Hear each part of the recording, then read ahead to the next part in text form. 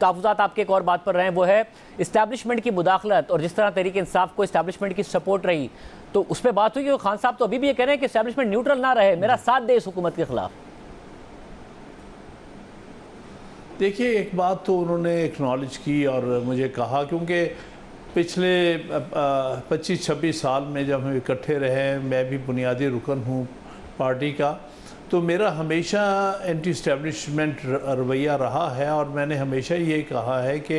पाकिस्तान की तारीख़ ने ये साबित किया है कि इस्टेब्लिशमेंट का सियासी रोल मुनासिब नहीं रहा। ये मुख्तलिफ़ लोगों को लाते रहे, फिर उनको रास्ते से हटाते रहे। ये चीज़ अच्छी नहीं है, उसका पॉलिटिकल रोल अच्छा नहीं है और उनका पॉलिटिकल रोल होना ही नहीं चाहिए। आइन के तहत उनका काम मुल्क का दिफा करना है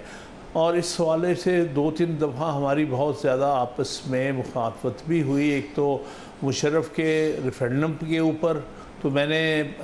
उस मीटिंग से वॉकआउट किया था और कहा था कि मुशर्रफ से हाथ नहीं मिलाऊंगा और ये मिलिट्री डिक्टेटर्स जो है हमारे लिए बहुत बड़ा मसला रहे हैं। उसके बारे में खान साहब ने कहा है कि हाँ, मैं आपसे एग्री करता हूँ, आप जो कुछ मैंने तजर्बा किया है, जिस तजर्बा से मैं गुज़रा हूँ, आप सही कहते थे, आपकी स्ट्रगल जो थी एंटी इस्टेब्लिशमेंट ये दुरुस्त थी, क्योंकि ये एक बहुत बड़ा मसला है पाकिस्तान की सियासत में कि इस्टेब्लिशमेंट का अमल दखल से पॉलिटिकल इंस्टेबिलिटी आती है।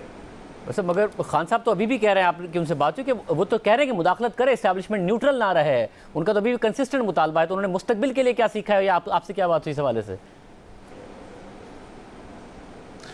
मुझसे तो उन्होंने कहा कि वो मुझसे एग्री करते हैं कि उनका रोल नहीं होना चाहिए, तो इसलिए